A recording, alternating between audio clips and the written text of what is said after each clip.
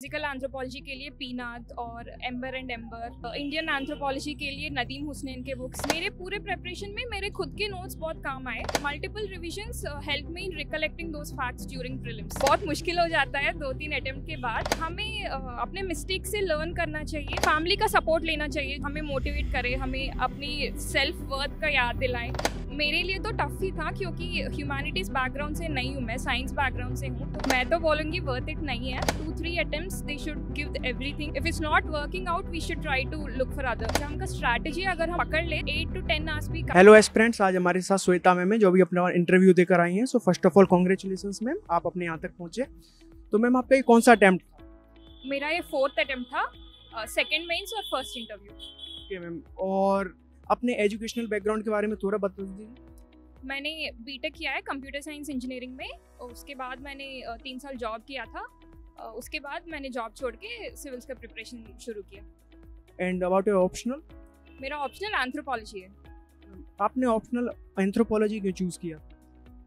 मैं बेसिकली हैदराबाद से हूँ, वहाँ कोचिंग अवेलेबिलिटी ऑफ मटेरियल वो अच्छा है, और also anthropology is a relatively scoring subject if we see the past trends, so these criteria made me choose anthropology.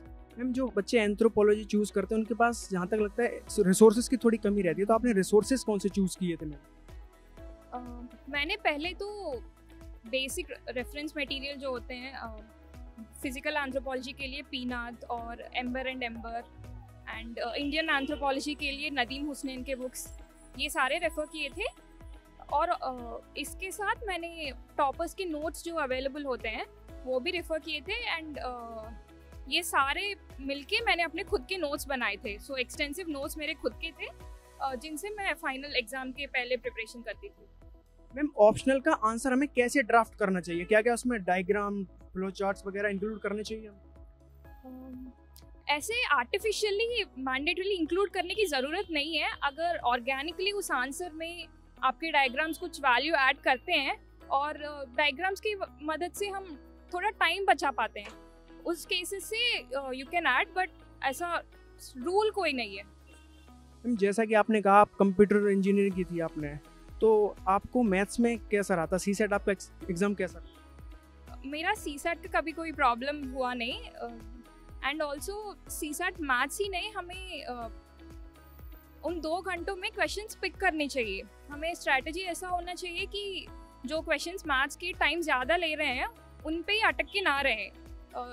कभी कभी कॉम्प्रहेंशन के क्वेश्चंस एक बार पढ़ के ही सॉल्व कर पाते हैं हम, तो ऐसे डिपेंडेंट होके नहीं जाना कि मैं बस पहले कॉम्प्रहेंशन करूँगी, पहले मैथ्स करूँगी, ऐसा कुछ नहीं होता। वहाँ जो क्वेश्चंस इजीली सॉल्व हो पाते हैं उन्हें पहले करना है ताकि हम क्वालिफाइंग मार्क इजीली रीच कर पाएँ। आपने जीएस के लिए क्या किया था? जीएस के रिसोर्सेज क्या थे आप? जीएस के स्टैंडर्ड रिसोर्सेज ही थे, पॉलिटी के लिए लक्ष्मीकांत एंड हिस्ट्री के लिए स्पेक्ट्रम। और मेरे पूरे प्रेपरेशन में मेरे खुद के नोट्स बहुत काम आए।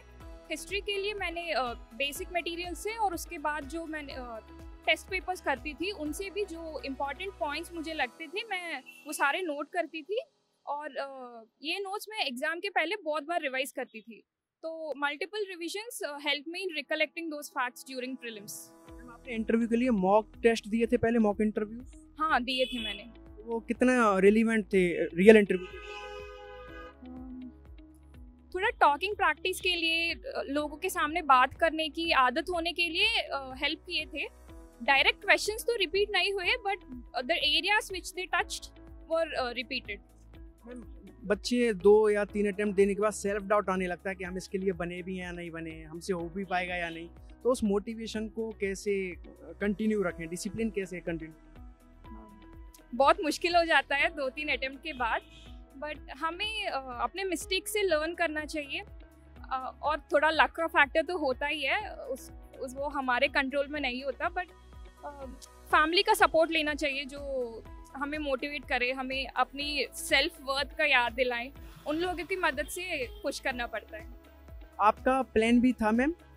हाँ, मैंने बोला था मैं सॉफ्टवेयर इंजीनियर थी प्रिपरेशन करने के पहले, तो प्लान भी वही था। तो मैम जैसा कि आपने कहा था पहले जॉब प्रोफेशनल थी, तो जॉब के साथ मैनेज करना कितना टफ है? मेरे लिए तो टफ ही था क्योंकि ह्यूमैनिटीज़ बैकग्राउंड से नहीं हूँ मैं, साइंस बैकग्राउंड से हूँ, तो ये सारे सब्जेक्ट्स हिस्ट्री, पॉलिटी, इकोनॉमी मेरे लिए नए थे, तो बेसिक्स फाउंडेशनल आइडिया आने के लिए बहुत टाइम लग रहा था, इसलिए मुझे ये जॉब छोड़ के शुरू करना पड़ा। बहुत सारे बच्चे 6 से 7 साल इसी फील्ड में दे देते हैं, अपनी क्रूशियल एज इसी में निकाल देते हैं, तो क्या वो चीज़ आपको वर्थ इट लगती है, लाइक पर्टिकुलर फील्ड में पूरी लाइफ एक इम्पोर्टेंट हिस्सा इसी चीज़ में दे देना? मैं तो बोलूँगी वर्थ इट नहीं है। पहले 2 years और 2-3 attempts they should give everything to this exam, and if it's not working out we should try to look for other options. Is it compulsory कि अगर यूपीएससी करना है तो 14 से 15 घंटे ही आपको पढ़ना है?